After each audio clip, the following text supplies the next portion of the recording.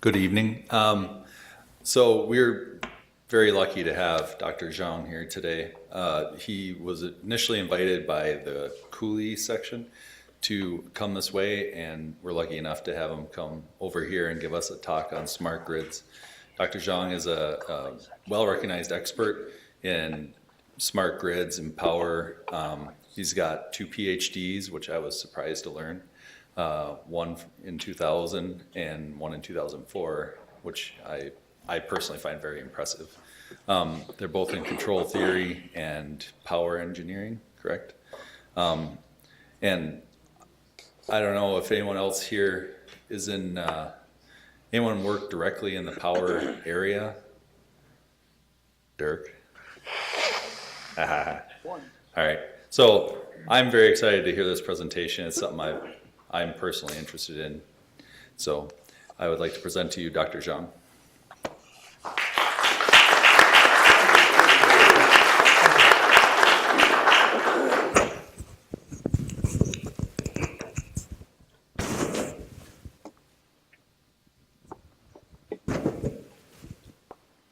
Thank you, Chris, for the kind introduction. Thank you all for being here. And also, I'd like to thank Paula for grabbing this opportunity, and then we go to the here. It's really nice place. I really like this place. Yeah. They drive. Can we swap this?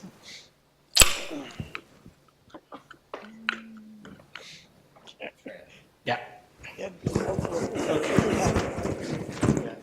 How do we swap it to the other one? Oh.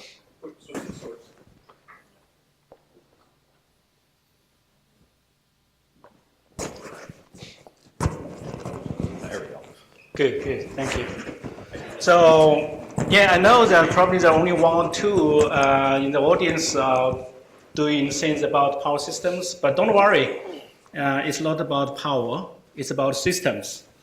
I'm going to talk about our thinking over the last 15 years in this area, and the title is Autonomous Distributed Control for the Next Generation Smart Grid. No, sorry, I need to.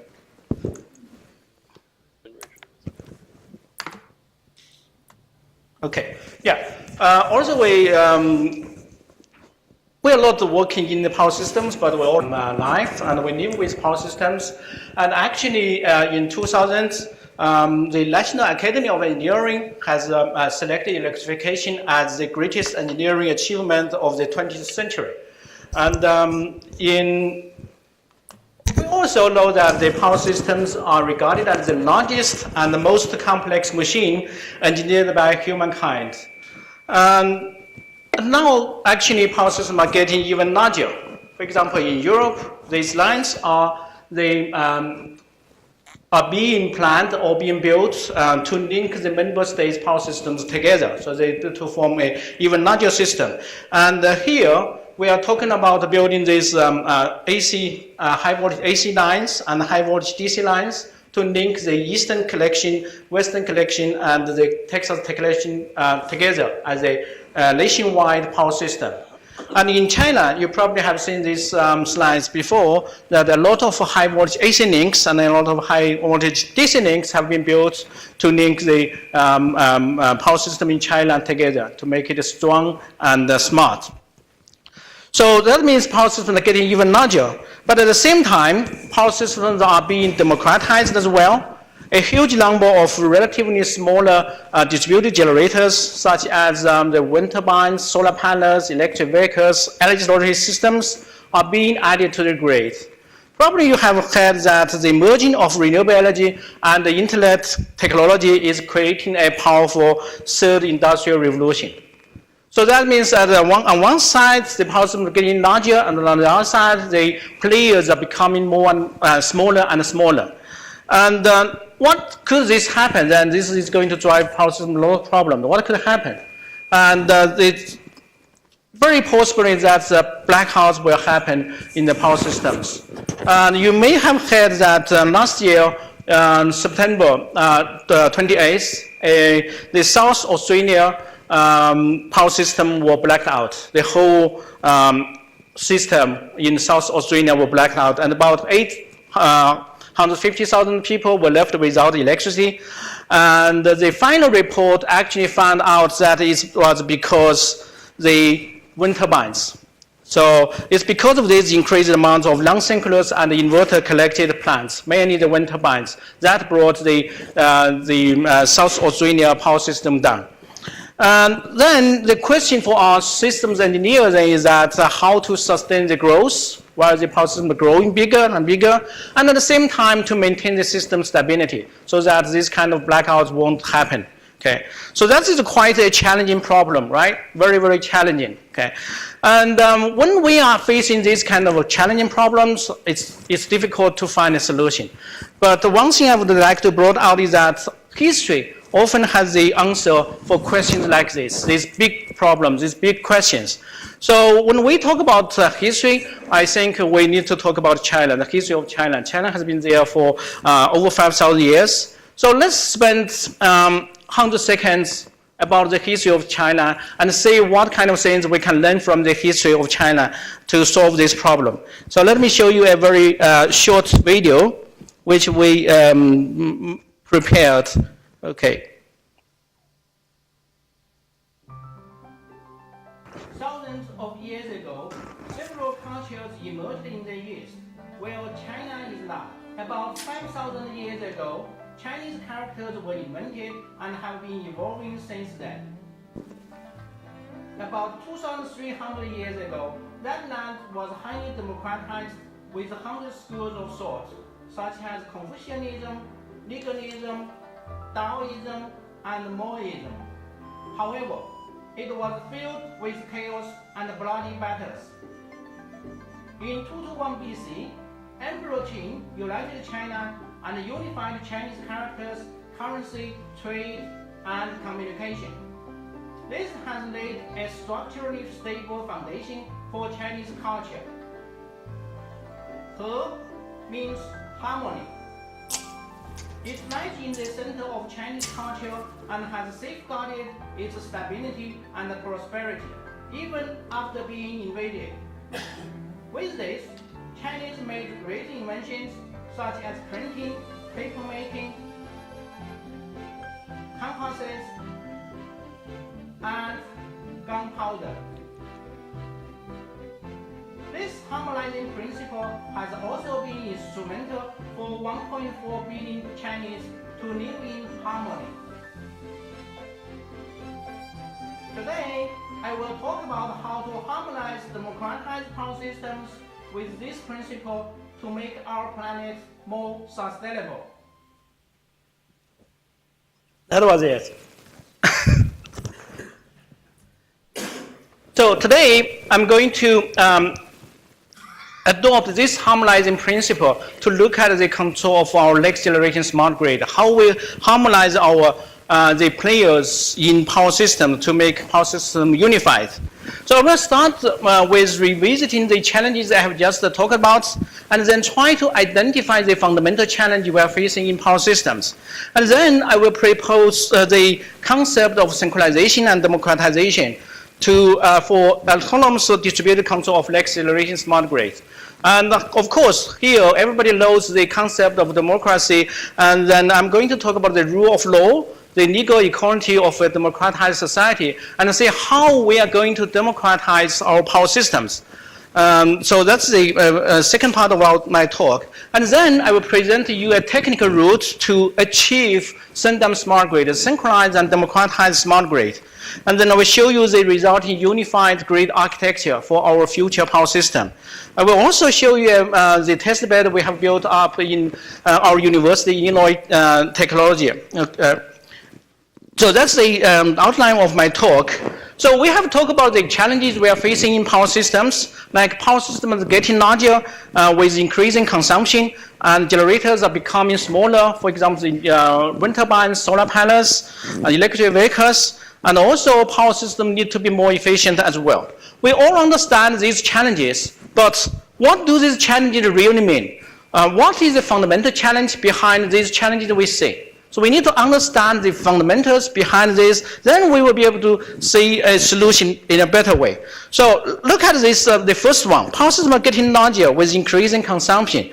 That means if you look at the appliances we buy nowadays, they all come with a kind of power electronic converters inside.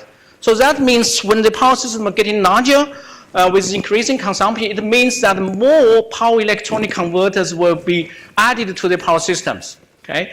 And the second one is that the renewable energy, electric vehicles, energy storage systems, these actually need a power electronic converter as well. So that means this challenge will bring even more power electronic converters into the system. Because the reason is that the renewables generate electricity that is not compatible with the electricity we're using nowadays. So we will see more power electronics being added to the system. The third one, systems need to be more efficient as well. That means we need to control the generation, transmission, distribution, and utilization of electricity. And nowadays, the best way to control electricity is probably through power electronic converters. Then this challenge will bring even more power electronic converters into the system. So if you look at all these challenges, then we can easily come to the conclusion that the fundamental challenge behind these challenges is that future power systems will be power electronics based instead of electrical machines based. And with a huge number of players in the system, they are all incompatible, they are all different. So that means they will be fighting with each other. And this problem is more of a system problem. But of course, we need to collect this into the grid, but it's more of a systems problem. How can we make sure that these different players will be able to work together is the fundamental challenge we are going to solve. And another thing is that whenever we talk about smart grids, we are talking about adding communication network into the system. But think about that. If any appliances that need to rely on the communication network to work, then it's not good. Because it means that anybody can attack the power system through the appliance. Okay, or through the renewable energy systems like the wind turbines, solar panels. So that means at the low level, we don't want these appliances to rely on the communication network. It would be much better if they can operate autonomously without relying on the communication network. But of course, it's okay for the high-level functions to rely on communication network. For example, the information management, the electricity market, the SCADA systems, it's okay to have the communication network. But for the low-level control, we don't want it to rely on the communication network. Okay? So, how are we going to operate our future power systems with so many different players in the system, with the coal-fired power plants, nuclear power plants, hydro power plants, and many other new add-ons like the wind turbines, solar panels, electric vehicles, energy storage systems, and a lot of loads in the system? How are we going to operate this system? That's very, very challenging. That's very challenging, okay? In the short video, I mentioned that the harmonizing principle has brought the sustainability and stability to China for over 2,000 years. So if we are talking about sustainability, probably this is something we can learn, okay? So is it possible for us to harmonize or unify power systems? Are we able to make all the different players in the power system to work to be unified or to work together under the same principle so that they work like in the same family? Okay, so that's the one question. Okay, and remember that when we talk about China, when we talk about the harmonizing, that actually before being harmonized in China, that's in 221 BC, Emperor Qin united China. Actually, China was highly democratized. The people can move around in different states, and so that in that area, it was very, very highly democratized. So that means, okay, if we want to achieve harmonization, we probably need to get the democratization first. And of course, nowadays that we have here some visionary leaders talking about democratization of power systems. But when we hear democratization of power systems, we often think that, okay, this is some kind of politics, right? It's not something technical. But actually, our question is that, are we able to democratize power systems technically? Are we able to achieve it using the technical solutions? And that is something we're going to talk about today. Okay, we all know, okay, democracy is a political concept that empowers all eligible individuals to play an equal role in decision making.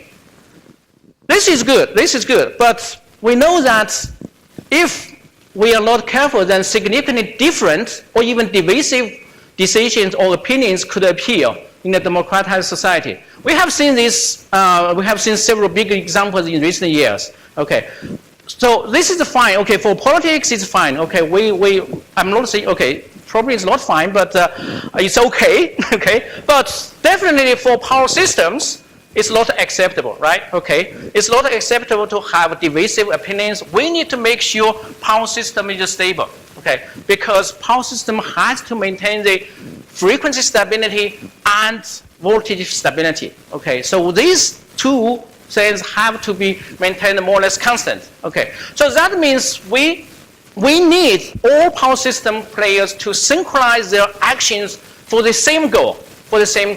So just having the democratization for power system is not enough. We need to have synchronization as well.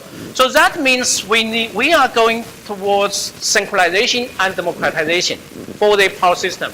So that's, if we put these two together, it means SYNDEM, okay, in short, SYNDEM, synchronization and democratization, or synchronized and democratized power systems. Okay, so we need to have both of them in the same together. Okay, for a democratized society, there are two important features. Okay, one is the rule of law. That means all players should follow the same rule. All players should follow the same rule. And another important feature is the legal equality. That means all players are equal, and all players should be treated equal. Okay, so these are the two important features in a democratized society. And I said that for power systems, we need all the players to follow the same rule as well, okay, to synchronize their action to achieve the same goal. So that means for a SYNDEM smart grid, we need to look at the two features. One is the rule of law. Is there a simple mechanism for all power system players to follow? And also, if we can find one, can this mechanism synchronize all the players? Okay, that means can all the players follow the same rule to synchronize their action? So that is the rule of law for a SYNDEM smart grid. And the second one is the legal equality. Okay.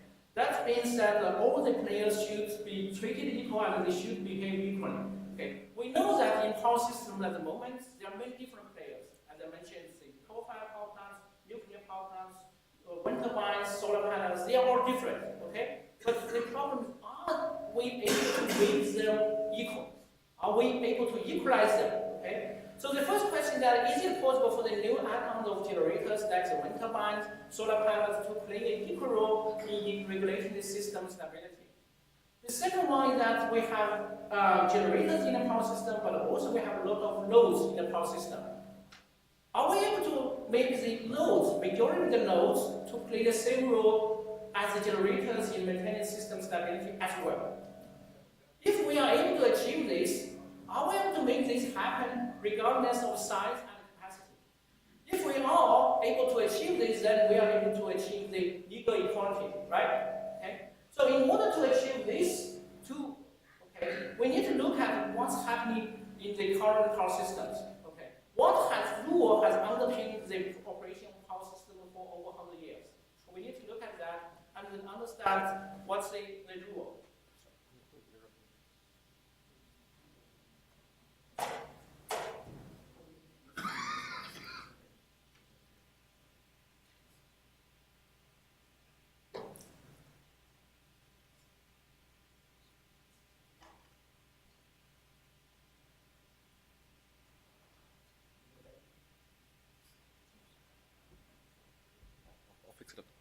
I think I did. Okay.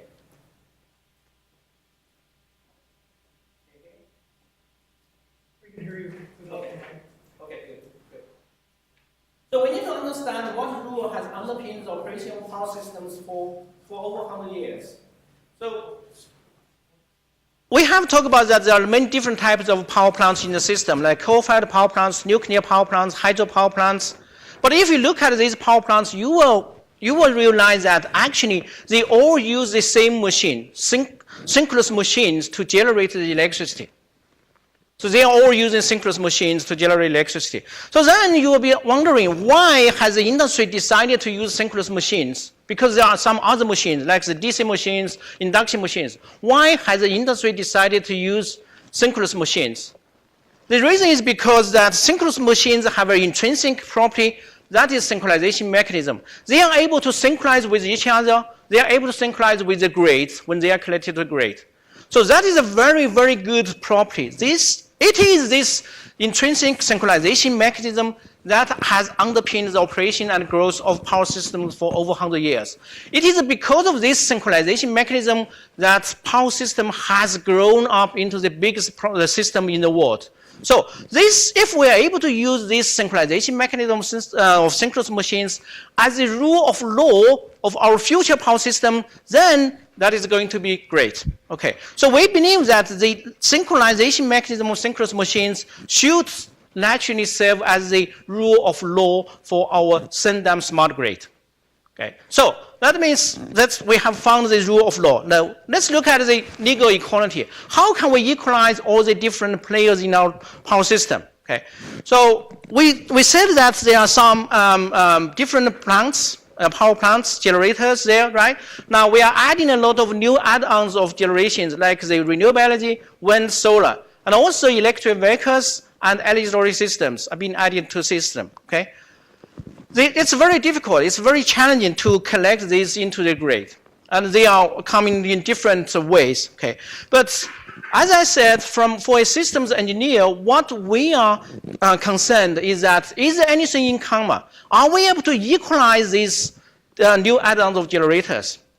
And if you look at this, then I said that they all use power electronic converters to collect to the grid. Okay, so a power electronic converter is to convert the DC electricity into AC electricity so that this electricity is compatible with the mains electricity we use nowadays. Okay, so that means they all have the same interface with the grid. Then the question for us is that, are we able to equip these power electronic converters, or sometimes we call them inverters, with the synchronization mechanism of synchronous machines? If we are able to make these power electronic converters to behave like synchronous machines, then that's going to be great. We will have this synchronization mechanism embedded into the system. And the answer is yes. We are able to make these power electronic converters as synchronous machines to have the synchronization mechanism embedded into this. And this is by using the virtual synchronous machines technology we have invented. Okay? So in principle, this is to operate the power converters to have the internal dynamics and the external properties of conventional synchronous machines. So far, we have developed 3 generations of technologies to implement the virtual synchronous machines. The first generation technology, we call them the synchroinverters. This is a basic and conceptual implementation for the power electronic converters, and so that they can behave like virtual synchronous machines to have the synchronization mechanism inside in the power converters. Okay, but these converters are for having the inductive impedance as the output. Okay, because our conventional synchronous machines have the inductive impedance. Okay, but for converters, you can have different types of impedances. For example, resistive or capacitive, not just the inductive. And when you have the converters with different types of inverters, then you can end up with instability. Okay, so you may have big trouble there. Okay, so we have developed a second generation of virtual synchronous machines that is based on the robust loop controller. So this type of technology is universal for inverters with different type of impedances. And they have the synchronization mechanism inside the controller, but it's universal for different types of converters. So that is very, very good. And also it's robust against the parameter shifts, the component mismatches. That means we are able to mass manufacture these virtual synchronous machines without carefully selecting the components, okay? Because this generation of virtual synchronous machines is robust against the parameters, Okay, but still we are not able to mathematically prove the stability of the second generation virtual synchronous machines technology. So recently we have developed the third generation of virtual synchronous machines, and which we call the cyber-sync machines or cyber-synchronous machines. And this generation of technology is able to make sure that each virtual synchronous machines will be stable. And when you collect many of them together, the whole system will be stable as well. Because this, the third generation virtual synchronous machines are actually passive. So that means the interconnected virtual synchronous machines will be passive as well. So that means we are able to guarantee the stability of a large-scale system with many cybersync machines. Okay, and today, because of the time limit, I won't be able to talk about the second generation and the third generation, but I will just talk about the first generation technology very briefly, the concept, the main concept, because also because the first generation of the virtual synchronous machines is the conceptual design, so it's easier to understand. Okay, so what we have done with the first generation of virtual synchronous machines is to actually take the mathematical model of a synchronous machine as the core of the controller for the converters. Okay, because a converter has got the power semiconductor devices, LC filters, but it has got a controller. It has a controller to control the switches, open the switches on and off, and then generates the electricity as the output. So what we have done is that to take the mathematical model of a synchronous machine as the core of the controller for this power electronic inverter. Okay, so this is the mathematical model of a synchronous machine. Okay, you can see that the upper part, this part is actually the swing equation of the synchronous machine. And then the lower part is the part that calculates the torque, the reactive power, the voltage generated E from the field excitation current, MF, IF, and also the stator current I.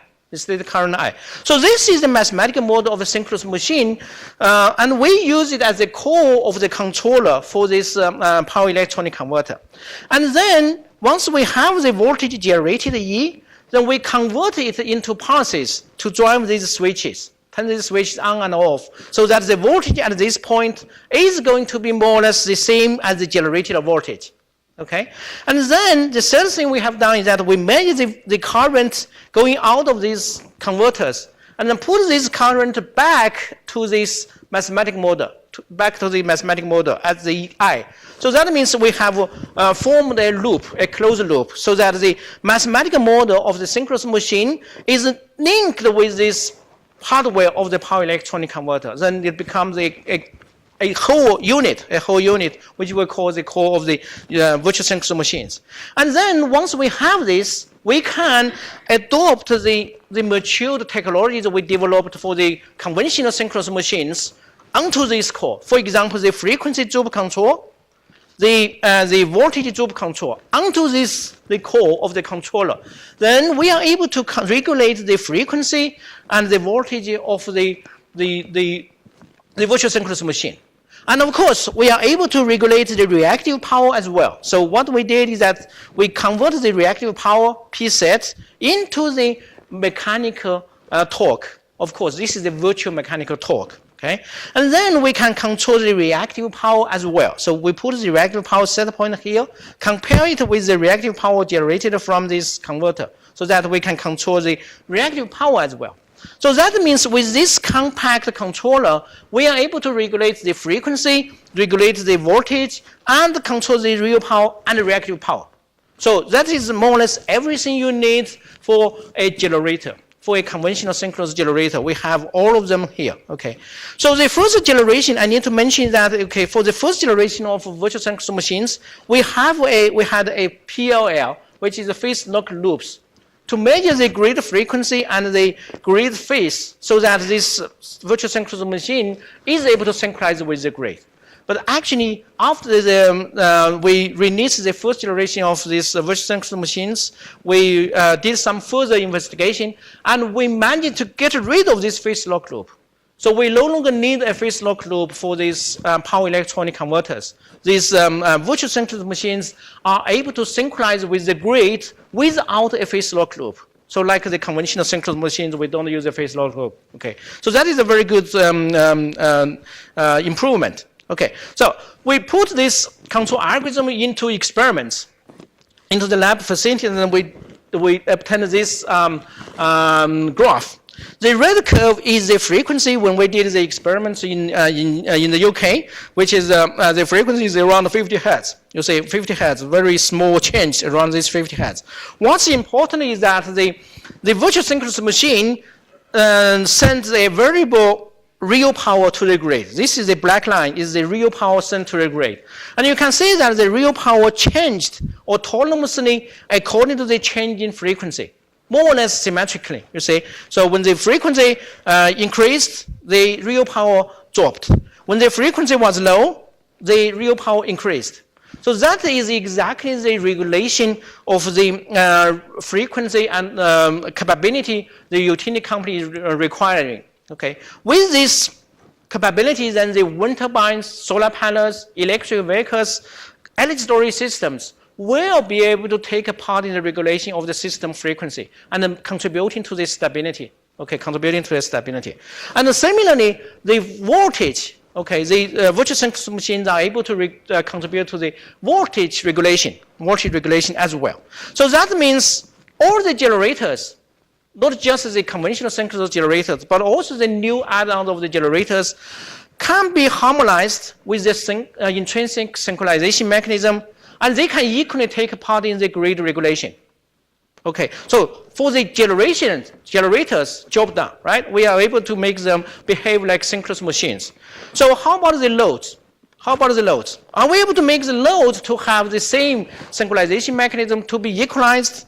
Okay, or in other words, to behave like virtual synchronous motors. Okay, so let's look at that. Okay, so in the power systems, there are many different types of loads, like the home appliances, fridge, freezers, washing machines, and we have lighting devices. Okay, a lot of lights. Okay, and we have animators and the computers, servers, air conditioners, and machines, different kind of things in the power system. Okay, so the modeling of these different types of loads is very, very complicated. And it has been the bottleneck for proving analyzing the stability of a power system. Okay, so what we are concerned here is that, is there anything in common among these different types of loads? Okay, so we spent some years in looking for the commonality among these different loads. One day we found that a report from Electric Power Research Institute, they say that although there are different types of loads, but about 50% of electricity is consumed by different types of motors, mainly induction motors. Okay? And then the internet consumes about 10% of electricity. And the lighting devices consume about 20% of electricity. And then the other loads consume 20% of the electricity. So that's it. Okay? Now, I mentioned at the beginning, said, okay, one challenge we are facing is the efficiency. Okay, we need to improve the efficiency of the electricity, the generation, transmission, distribution, and the utilization. If we want to improve the efficiency of the utilization, of course, the first thing we want to do is to look at the motor applications to improve the efficiency of the motors. For example, the pumps, right? The big pumps, big induction motors. So if we are going to improve the efficiency of these motors, one way is to design the motors in a better way, to make them more efficient. But even a more efficient way is to introduce motor drives so that we can regulate the speed of the motors when according to the need. For example, the pumps, we can change the speed of the pumps when the flow is not according to the flow. Okay, so that means in the future, we probably will have all this 50% of electricity consumed by motor drives. But what is a motor drive? A motor drive is actually a power electronic converter. Okay, it has got a power electronic rectifier at the front end, and then have a power electronic inverter to change the frequency if it's a AC motor. If the DC motor, then you just need a power electronic rectifier. But anyway, this 50% of even more electricity will be consumed by power electronic rectifiers. Okay? How about internet? We know that internet devices, like the routers, the servers, they all consume DC electricity. They are electronic devices, so consume DC electricity. That means the electricity needs to be converted by using power electronic rectifier as well. Okay, so this 10% will be consumed by power electronic rectifiers. How about lighting? We all know that nowadays the lighting market is going to be dominated by LED lights. Okay, LED lights consume DC electricity as well. So we need a rectifier for this 20% of electricity in the future as well. So that means in the future, about 80% of electricity or even 90% of electricity will be consumed by rectifiers, whatever the end function is. So that means we have found something in common. Okay, they are all, okay, majority of electricity is going to be consumed by rectifiers. So the question is that, are we able to make the rectifiers to behave like virtual synchronous machines? Or more specifically, to behave like a virtual synchronous motors? If we are able to make the rectifiers behave like virtual synchronous motors, then we will have equalized them to have the synchronization mechanism of synchronous machines as well, because virtual synchronous motors are a type of virtual synchronous machines, right? Okay, so let's look at that. Okay, so in about, I think 5 or 6 years ago, we did manage to operate the rectifiers as virtual synchronous motors. What we did is that similarly as the inverters, we took the mathematical model of the synchronous motor as the core of the controller for the rectifiers. And then we added this a very small PI controller here to regulate the DC bus voltage. Because for rectifiers, the most important thing is to maintain a stable DC bus voltage. So we added this, okay, added this small PI controller to regulate the DC bus voltage VO. To be regulated as the set point VREF, okay?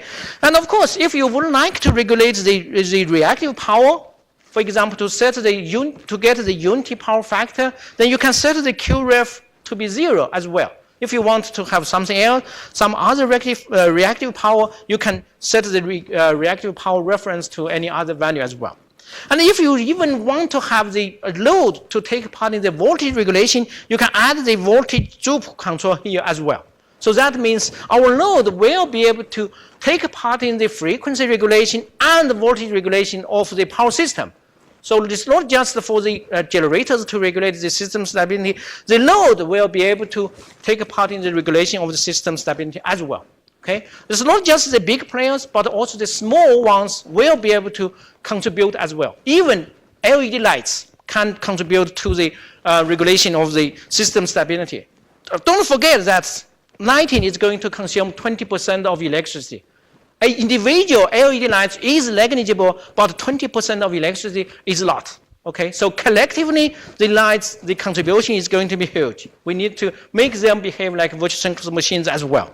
So that means, okay, we have experiment results here as well for the virtual synchronous motors to track the grid frequency as well. This blue line is the frequency inside the virtual synchronous motor. And the red line behind this blue line is the grid frequency.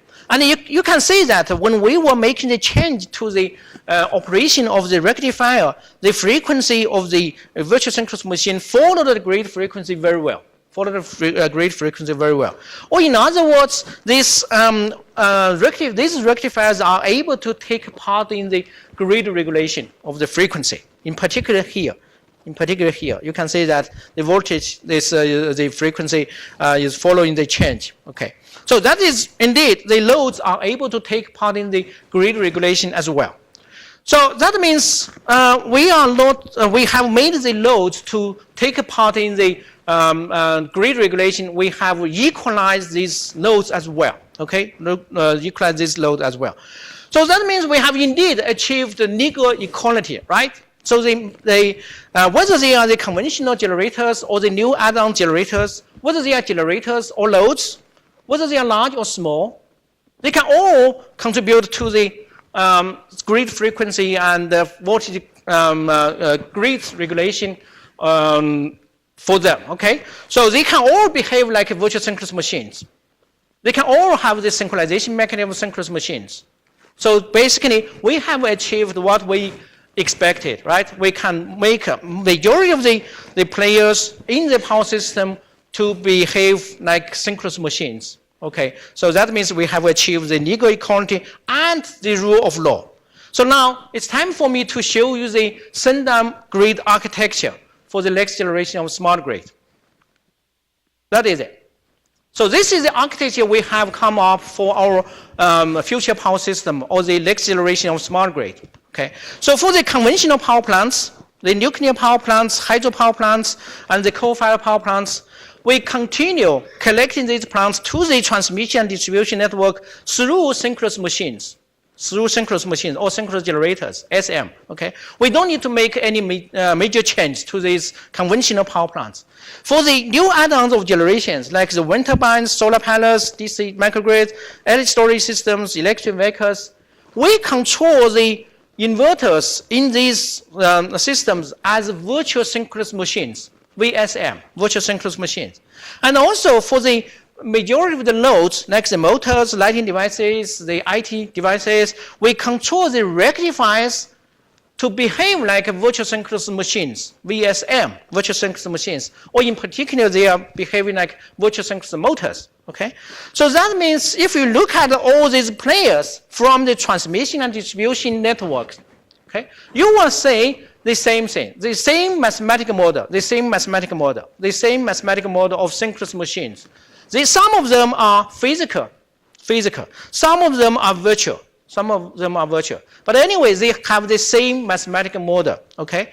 And a very important feature here is that they are communicating through the transmission and distribution network. We don't need an additional communication network to link this together, okay? They communicate with each other through the transmission and the distribution network. So that means we won't have the problem with the cyber security, okay? And they are all working together in an autonomous way, and they don't need someone to give the commands because they are all able to take part in the regulation of the frequency and the voltage in an autonomous way. They don't need anybody to give the command. And a very important feature here is that these players are equal. These players are equal. They are equal. Okay, you say that this is a lateral architecture. It's not a hierarchical architecture. Okay, they are all equal. It's a flat. Okay, so that means we have made a super large-scale complex power system with many incompatible players with this harmonizing principle. We have unified this with a very simple architecture. They are all behaving in the same way. And that is something I really like. Simplicity is a beauty. I really like simple things. Although it's a very, very complex system, but eventually we have made it very, very simple. Okay. And I mentioned that this is a lateral system. This is a lateral architecture rather than hierarchical. But actually, you probably have heard of this book. Okay, you have seen this book before, the Third Industrial Revolution. Jeremy Rifkin said that, okay, we are going through a transition or the Third Industrial Revolution. That is a combination of the renewable energy and the internet and the wireless communication network. Okay, and in this case, that is the lateral power. That is going to transform the energy, the economy, and the world. So what we can see is that this is actually a technical solution for the lateral power he has envisioned. Okay, so this. Okay, so there are many benefits that this SYNDEM architecture can bring to us. The first thing is that, okay, all the generators and the most loads, not just the large generators, they can autonomously take part in the grid regulation. That means improving the stability of the system. The second thing is that it's a distributed system harmonized by the same mechanism. It means that the system is scalable. We can keep adding different wind turbines, solar panels into the system without causing problem. And the third one is that we mentioned that the low-level control works without communication network and significantly improving this reliability and the cyber security. And the virtual synchronous machines are power electronic converters, which means that they can quickly respond to disturbances without delay and improving the resiliency of the system.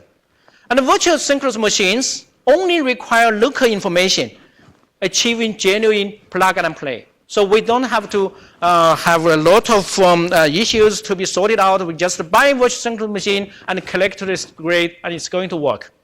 So that is a genuine plug and play. And also, you probably will be wondering, okay, what's the cost we're going to pay for this? The good news is that the additional hardware cost is actually negligible because we have already got the hardware there. What we need is to change the software, change the control algorithm inside the power electronic converter. So it's economically viable. Okay. The most important thing is that it harmonizes the grid integration of renewable energy sources and contributing to the large-scale utilization of renewables. Basically, it means bring out the sustainability of our planet. Okay, so it's great. And now we have some more details about the economical benefits. Okay, for example, let's talk. It's going to significantly reduce the infrastructure investments on the generation, transmission, and distribution. Let's take the Texas ERCOT grid as an example. Their capacity is about 70 gigawatts. And their largest interconnection has got the capacity of 650 megawatts. Now, imagine that the load inside ERCOT is able to contribute 1%. Just give away 1% when there is a need from the grid. Then the total contribution is 700 megawatts. 700 megawatts. That means even if the largest interconnection of the ERCOT grid is tripped off, there's no problem because the load will be able to contribute 1% and be able to ride through this big fault. So that is really, really good. Okay. Another thing is that they save the operational cost on the reserves. I have an example here saying that we have, assume that we have 10 million laptops connected to the grid. And each of them is able to contribute 10 watts. When needed, then the total contribution is going to be like 100 megawatts. That is about 50 wind turbines, right? So there are also a lot of bigger motors and wind turbines. There are a lot of reserves in the system. And these reserves are not utilized at the moment. With the virtual synchronous machines technology, we are able to utilize these reserves, and that is going to be very valuable for the operation of the power system, okay? And of course, they save the infrastructure investment on the communications. As I said, we don't need the communication network for the low-level control. So that means we are able to significantly reduce the bandwidth of the communication network and save the investment. And we don't need the communication network, then that means for the cyber security, that is not a very, very big issue. We can save the investment, right? And another issue is the benefit is that we can increase the on-time of renewable generators. You probably have seen a lot of wind turbines are not rotating, right? When you pass a wind farm, you see a lot of wind turbines are not actually still, okay? And that is because, I believe, because of the phase lock loops they have, okay? Because the current technology has to have a phase lock loop to synchronize with the grid. And the phase lock loop is quite slow. It normally takes like 2 or 3 cycles. So the first one, you need 1 cycle. But in 1 cycle, a lot of things can happen. So that can bring disconnect the wind turbines. But with our virtual synchronous machines technology, these virtual synchronous machines are intrinsically synchronized with the grid. So it's very difficult for these wind turbines, solar panels to disconnect. So that means we are able to increase the on-time of the renewable generators and then bring more revenue to the owners. And of course, they reduce the maintenance cost because of this, okay? So there are a lot of economic benefits if we implement the these virtual synchronous machines. So we have done a lot of theoretical studies and carried out a lot of experiments, tests. And recently we have built up a prototype SYNDEM smart grid at the Illinois Institute of Technology in our lab. In this prototype system, we have 10 nodes. Okay, we have in total 12 converters. 12 virtual synchronous machines, but we only have 10. Okay, they are operated as a 10-node SYNDEM smart grid because these two are operated as a wind turbine. Okay, this is a wind turbine, and this is the converter for the wind turbine. So this is a wind load, and this is another wind load. And we have a solar load, two solar loads, and then we have 2 AC loads, 2 DC loads. And these two loads are connected to the grid. So we can island our SYNDEM smart grids from the public grid, so allow it to operate in the islanding mode. And of course, we can connect this to the grid as well. So we have made this system work, okay? And at the moment, we're trying to bring the data from these loads onto this big screen, okay? We have managed to display some data, but not all of the data. So we are planning to bring all the data inside these virtual synchronous machines onto this grid. So when we connect any of these, then we are able to see the frequency, the voltage, the power, and then the reactive power, all this information there. How much electricity we have generated. All this kind of information will be able to brought up. So in principle, it works now, but we need to improve it. Okay. So hopefully this is going to show the utility companies that indeed SYNDEM smart grid is feasible, is possible, and we can make our power systems autonomous. Okay. And you have seen that. Okay, this is quite nice, right? So you probably want to see the back. Okay. Yes, the back. Okay, so last week we had a correspondent from the Mid-LG News, and he came to the back and said, okay, Qingchang, I need to take a photo. And then he used this photo as the photo for the news article. And that's it. Okay, you can see that a lot of wires. Okay. And then his Keith Schneider, he wrote a very nice article for the Midwest LG News. And he said that Illinois engineers' invention expected to be game changer for grid. And we are really honored to have this. Yeah. So if you like, you can go on to the Midwest LG News to look at the article. He's a great writer. He writes it a much better way than I did. Okay, I couldn't do that. Okay. So now let's go back to look at the South Australia blackouts when we talk about it at the very beginning. Okay, and of course, we are not able to stop the tornadoes, the strong winds, and the voltage dips, the faults. We cannot stop, okay? But we are able to contain the damage, okay? We are able to contain the damages from spreading, okay? Because the wind turbines operated as virtual synchronous machines are grid friendly, and they will remain collected, okay? They will endeavor to remain collected. Even if there are problems, okay, they will remain collected, okay? And very important is that most nodes will autonomously change their power intake in response to the event. Okay, so if there is a loss in the generation, then the majority of the loads will automatically contribute to this, and then, for example, reduce the power intake. So that means the chance of having the blackout would have been significantly reduced, okay, or even eliminated. This blackout, avoided this blackout. Okay, so that's what I have for you today. And if you would like to know more, then we have 2 books for this. The main is the second book. Okay, the second book is about what I have talked about today, but we are still finalizing it. Hopefully it's going to come out early next year. Okay, and we also have a book published in 2013 that is about the control of power inverters in renewable energy and smart grid integration. It covers the power quantity issues, power operation, then the neutral line, and synchronization. And of course, we had a chapter in this book about the first generation of virtual synchronous machines. Okay, so just 1 chapter there. Okay, in this book, we will have all the 3 generations of technologies and the architecture and all these theoreticals in this book. Okay, so if you want to find some equations, then go for this book. Okay, and those are some key references. A summary, okay, so we have talked about that the power systems are being democratized, not just a buzzing word. Indeed, we are able to technically democratized power systems, okay? And we don't just need democratization, but also we need synchronization, okay? So we need synchronized and democratized power system, okay? That is SYNDEM, okay? So we can implement the rule of law, the legal equality for SYNDEM smart grid.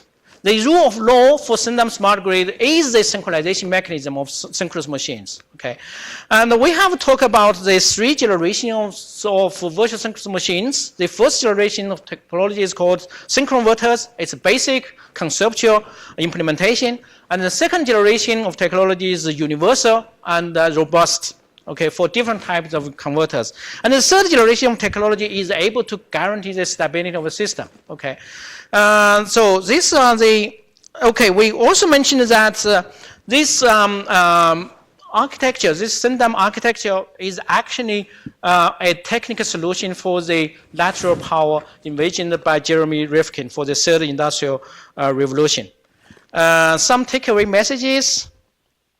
Life is really simple, but we insist on making it complicated. I like it. I like it very much. I like simple things. Okay, so really, yeah. So what I'm saying here is that, okay, yes, while we are insist on making it complicated, we should have something in the back of our mind that, okay, we have an option to make things simple. Okay, we have an option to do that. Okay, don't forget that. The second message is that we need to think holistically. We need to think at the systems level when we have a problem, so that we can promote we can get a holistic solution of a system, problem. Okay. And the third one is be active. I think here in my talk, the one keyword is the intrinsic synchronization mechanism. What we have done is actually we have made the power electronic converters to be intrinsically synchronizing with the grid. So this is the behavior coming inside and out.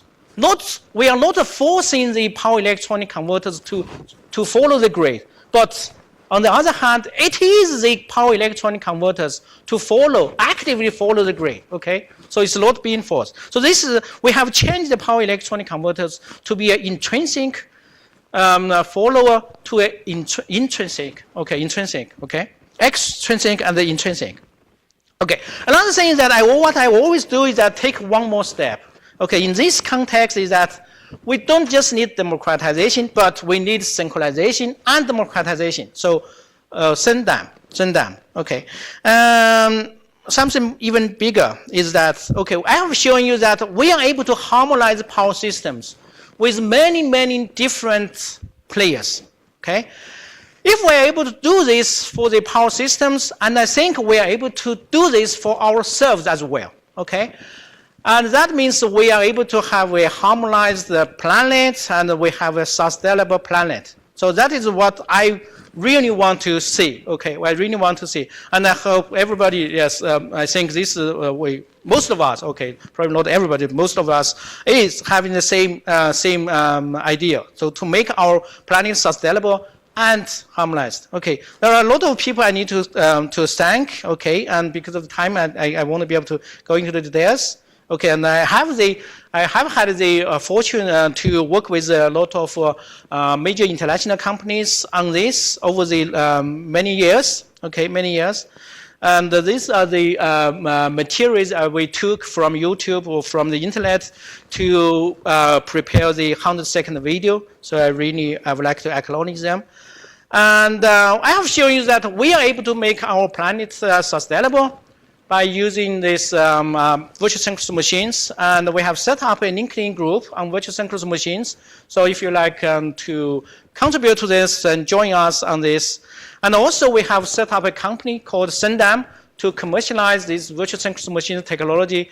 And in this company, one of the big things we want to do is to establish a SYNDEM alliance, so that all the partners, the people who share the same vision can join us together and then build up the SYNDEM ecosystem, so that we can deploy the SYNDEM smart grid worldwide to make contributions for our society, to make our planet sustainable.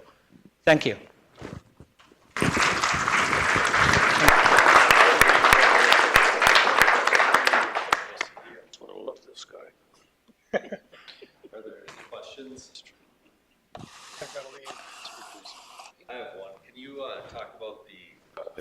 efficiency of the converters for both the virtual synchronous machines going from the grid to the, say, DC supply or vice versa?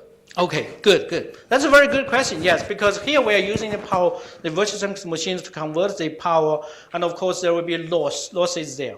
So the virtual synchronous machines technology is a software technology. So that means it won't change the efficiency of the converters. And at the moment, the power electronic converters can be very, very efficient. Some of them can even make like a 99% efficient or even higher. We have seen efficient at that level. But the majority of them probably like 92, 93%. Yeah. So it's very, very efficient. Very efficient. Yeah. And then how about harmonics of generating going from, say, a supply like a wind turbine to the grid? Are there any harmonics of the synchronizing frequency that are injected? What might the effects of that Good, be? good. Yes, yes. When we, because these power electronics converters are operated at high switching frequency, so there will be harmonics. But these harmonics can be controlled well below 5%. Well below 5%. It looked like some years ago that the harmonics are very, very high, but now it's low. Because these power electronic converters can be operated more at least a few hundred hertz or even higher, kilohertz. So the harmonics can now be controlled very, very low, well below 5%. We have done a lot of work on the harmonics. Okay, in the first book, we have a lot of technologies there to treat the harmonics. So it's a lot of problem. Now we can even achieve below 1%. Okay, less than 1% of the THD harmonics. Okay. Yeah, thank you. Thank you. Yeah. Anyone else? Yes, please. Is a choir an example of a virtual machine, synchronous machine? Sorry. Is a choir Okay. now? At the moment, not yet. But when we have a lot of wind turbines, solar panels, and then a lot of these loads coming on No, board. you're not. That's not what I mean. I'm saying, does a choir Like a of singing singers? choir, like a group. Oh, you mean the Okay. noise? Is that a synchronous Okay. machine? Um, Virtual synchronous machine? Is No. it? It's not virtual though. But it's not virtual. But does your system require a commander to give the tone, just like a choir would require, or an orchestra? Who's setting what Okay, frequency that's they're to there. operate? Because the system has that in this internal inside the system. Where's It's a it coming- frequency. No, where's it coming from? Somebody has to be the master of the frequency. Because everybody has got the command inside. It's like, okay, for example, here in this country, everybody will say that 60 hertz is our command. Okay, so everybody will be working towards that goal. But is that 60.001? It's or possible, yes. 60.002? Yeah, yes, there will be some deviation from that 60. So everybody will be changing. They will be looking at the frequency and then making some adjustments. Can it become unstable? Because of this synchronization mechanism, it's going to be stable. It's going to be stable because everybody follows this. Then you will see that the gap will be smaller, then it's going to be stable. Yeah. It's not obvious. It's not obvious, yes, but we have recently proven that. Yes, it is. And also it has been demonstrated by the industry that the synchronous machines has got this property. But that's obvious. Yeah.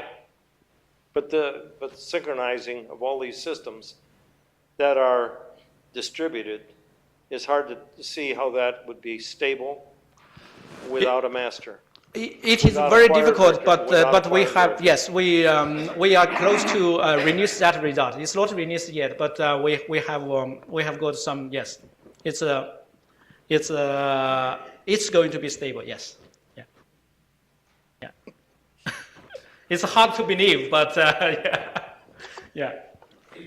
I think we have a. Isn't the answer to that question really that the tone generator is the non-virtual but real synchronous machines that are currently on the network, and that is the other ones are syncing to that. I think that's Right, there are some real synchronous machines, real I mean, Each one of those machines has their own drummer. Each one of those machines is like the same way they are today. I mean, you can't have a generator in North Dakota that's And spinning how are at they 61 synchronized? and one that's And how are they outside town. synchronized? The WWV, probably. They target themselves to that frequency. Okay. They target themselves that. They basically are locked on. They But can't- that's they can't- based off of WWV, probably. They're synchronized to each other. It doesn't have to be that precise. It doesn't have to be physical, so because they are mathematically they are all the same. They are all the same. So these virtual synchronous machines can have that function as well. Yes, please. Today, take a personal computer power adapter, it's, it runs at either 60 or 50 hertz depending on where you, the tower is 50 or 60 hertz depending on what country you're running in. So these would also be able to design to work in any country Yeah. if they have this virtual synchronous motor model. Yes. All right. Yeah. It is. Yeah. That can be easily done. Yes. Yeah. Yeah. Thank you. I guess I'm following up on Bob's question, though, but in your democratization, it seems like an impediment to that is if I look at the power generation today, there are lots of large power producers that don't think there should be a democratization. They view it more of a kingdom and they're kings. So how much pushback do you expect to get from, say, large producers to say, I'm a little guy here and I get one vote? I don't think they agree to that today. You're absolutely right. Yes, we are facing a lot of resistance from the current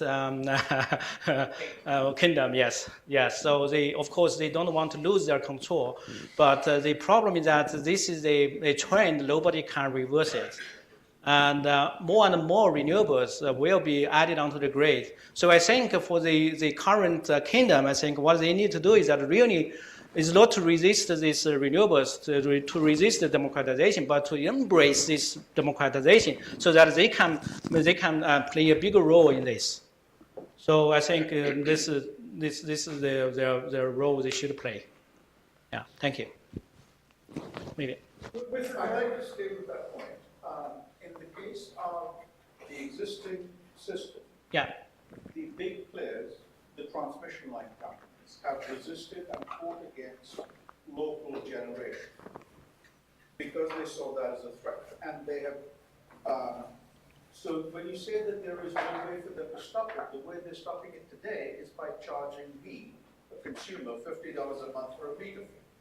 So if I use a minuscule amount of electricity, I have to pay a very high fixed cost for the privilege of connecting to the grid, because they do not appear to want local generation. How will this model, what's in this model to help them change their mind or force them to change? I think the biggest problem they were saying, they were afraid is that these are troublemakers. They say the wind turbines, solar panels are troublemakers, so they don't want them. Okay, but now we have made these wind turbines, solar panels to be friends. Okay, so they can act, they can be a part of them. They will behave like them. Then they will, I think, psychologically or mentally, they will accept this. Okay, so hopefully, gradually they will accept this concept. And indeed, that's happening because when we first proposed this in 2008, there were a lot of resistance. But now the big players they are really interested in this, in looking at these kind of technologies and say, okay, yeah, probably this is something they should look at. And actually, China, the state grid is having a very large scale demonstration of this a pilot project for these virtual synchronous machines. And I went to ERCOT, I think a few weeks ago, and they are very interested in this as well. So I think there are more and more interest coming on this, and then I hope it's changing. It's changing, yeah. Thank you. And there are some government mandates, correct? Like for instance, Minnesota, renewable energy mandate. California is going through this problem with too much solar and not enough storage, short-term storage for that energy. So you mentioned laptops. And Yeah. millions of laptops that are out there. Can you expand on that a little bit? He's saying that the VSM could laptop's load that it presents to the grid? Or were you saying that you could go even further and manage the fact that the laptop has internal storage, battery, and actually have the laptop put power back onto the grid when it can? Yes. Yes, we can actually make the laptops to send the power back to the grid when there is a need from the grid. For example, there's a loss of the generation in the grid, and the sudden big load added onto the grid, and then these laptops can send some power back to the grid in a short period of time. So it won't affect the laptops much, and but it saves the power system from crashing. So, and if you look at this, okay, if it's, as I said, okay, 10 million laptops, I think we have more than 10 million laptops in this country, and if each of them contribute 10 watts, that's sometimes I think they can contribute like 40 watts of a laptop. So that's a lot of power, and at the moment we are not utilizing this. So when we talk about a smart grid, many people are saying that we are losing inertia. But if you count all these together, we are not losing inertia. We have a lot of inertia in the system, but we are not utilizing it. With the virtual synchronous machines, we are able to release all this inertia, and then we can utilize this inertia. So I am really optimistic that it's possible that for us to go independently or even like a personal power, so we won't some of the distribution network will disappear, as we were discussing over the dinner, that then we will probably just have the power generated by ourselves, okay, with rooftop solar panels, and then maybe some storage, and then some small backup power plants like the diesel generators or something else. And then why do we need the utility company? No, right? We don't need the distribution company to send the electricity to us. But it provides a very robust system if you have that interconnectability. That is true, but to some extent. And now for this the system we have, it's the reliability is quite high. And if in particular, if we have for example, a backup a generator at home, then the reliability, there's no problem with the reliability anymore. So I think it's going to happen. I think several years down the line, I'm sure we will be able to say this. Then, yeah.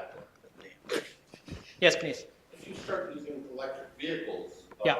for load leveling, you're also cheating the owner of that vehicle life cycles of the battery there. Who wants to volunteer that? You're right. That's the other issue, yes. So we need the batteries technology to improve the battery so that they can allow this cycling, yes. Yeah. But for these batteries, these electric vehicles, most of the time this cycling is not deep cycling. So it's just a small change around that. So I think we shouldn't worry too much about that. But of course, we need some demonstration. We need to see what's really happens. Yeah. Because what we need is not the energy for several hours. It's the energy during a few seconds or a few minutes. That is to level the load. That's the main thing, I think. Yeah. Okay. Yes, please. Can you say something about the virtual synchronous machine, implementing it, and how to get other people on board? Don't you need everybody to agree to that? Yes, before last year, okay, several months ago, what I was trying is to convince some big players to take over the technology, and then they can build the virtual synchronous machines. They all showed interest, but they didn't take. Nobody wanted to take it over. So then I decided, okay, we need to do it. So we set up this company, and now we have started getting some partners on board, and we will build these virtual synchronous machines, and then for wind turbines, for solar panels, and then maybe for the electric vehicles, and then maybe for the appliances. So we are quite open at the moment. We're just trying to get as many people into this as possible so that everybody can chip in a bit and benefit from this and work together. Yeah. If you want to jump in, then let me know. Yes, please. If you get, say, a wind generator, Yeah. company to buy into this idea, well, you said there's a very small cost in their additional hardware cost, Yeah. but it seems like there's a significant increase in efficiency and in net power generation. So it seems like a no-brainer that they'd have this working on the existing grid with $1 benefit for that implementation. Yes, but the problem is that they have already got a product and they don't want to change. That's the thing.